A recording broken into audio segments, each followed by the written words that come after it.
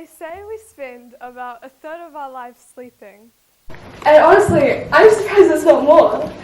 I love sleeping. So much so that my mum has to refrain from sending me out for adoption when I don't wake up in the mornings. And I think the remains of her control vanishes entirely before school when I'm late to school.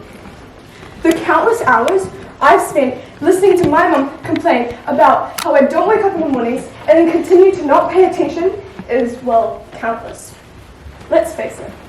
You've all spent a vast majority of your teenage years searching for a pathetic rebuttal to this dilemma.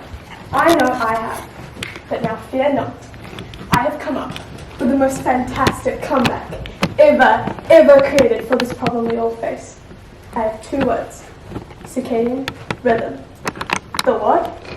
The circadian rhythm is a series of mental, physical, and behavioral changes that follow a 24-hour cycle, also known as your body's natural internal body clock. Think of it this way. That feeling of dread that you get in the morning from looking at your alarm clock, that's a similar one from inside view, a response. So the real question is, why do we need a clock in our bodies if we can just look at our watches or our phones? In order to answer this question, let's take a dive into the past.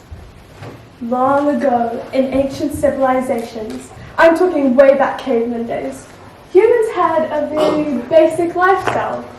Sleeping, hunting, waking, eating, repeat. In the absence of technology such as watches or phones, they adapted to a way of life by using the rising and the setting of the sun as an indication for their sleeping patterns.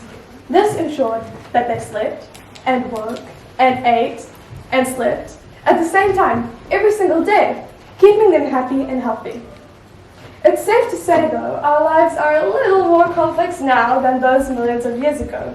And you'd see that the research behind our brains has also become a little more complex. We started off with sleeping, and waking, and eating, and then came jobs, school, extracurriculars. Just like we have specific times in the day to do specific things, we also have natural times in the day where our body controls different functions. For example, melatonin is a sleep hormone secreted at approximately 9 p.m. every single night, which means that this would be the perfect time to go to sleep. Similarly, at 5 p.m. is your body's greatest cardiovascular efficiency and muscle strength, which means that this would be the perfect time to do sport or exercise. Specific conditions, such as arthritis, also flare up in the evening, which means that every prescription must come with a time stamp that shows when to take it to maximize results of medication. We also feel naturally sleepiest between 2 to 4 a.m. and 1 to 3 p.m. So if you took a short nap during this time, this would drastically increase your alertness levels, rather than taking one late in the afternoon, which would cause the opposite effect. Speaking of alertness, this next fact is my personal favorite, and might turn out to be yours too. It's the fact that peak alertness occurs at 10 a.m., which shows that this would be the perfect time for school to start in order to improve academic and attentive capabilities. The traditional school start at 8:30 to 9 is entirely too inconvenient in my opinion and practically goes against the circadian rhythm. Sounds like a paradigm shift to me. Let me also clarify that this is not an excuse to use against your parents to tell them to let you sleep in until 10 a.m. on a school day. Speaking from experience, it doesn't turn out well, but rather a mere guide to explain why you might not feel 100% in the mornings.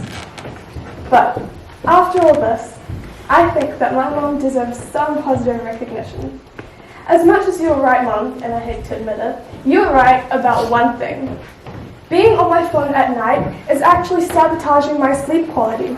And although you might be like, oh Ash, I don't care, I love being on my phone at night, and although the consequences might not materialize immediately, these changes can cause drastic problems in the long run. This includes sleep disorders, which may lead to other chronic health conditions, such as obesity, diabetes, depression, bipolar disorder. Am I being extreme? No, I'm not. Let me explain.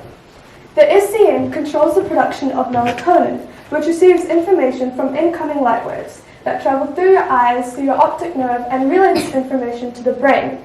Stimulators such as light are called sightkeepers. So when there is an absence of light, for example at night, the brain communicates to your melatonin production, which makes you feel drowsy.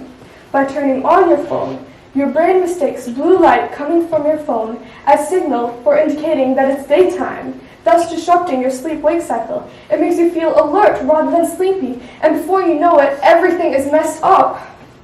So, let's get back to our caveman people, who actually had it right.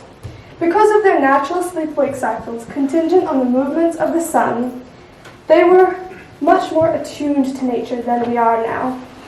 However, because of the digitalized world that we live in today, a new paradigm shift has come to light. Whilst tech advancements might be a good thing, they are disrupting our circadian rhythms, which is a huge problem. Along with the blue light coming from phones, most teenagers have irregular sleep patterns. Teenagers have the whole range. We either sleep from midnight to midday, or only a couple hours even. This constant disruption is not good for our body clocks, and is disrupting our circadian rhythm to the point where our organs cannot function properly.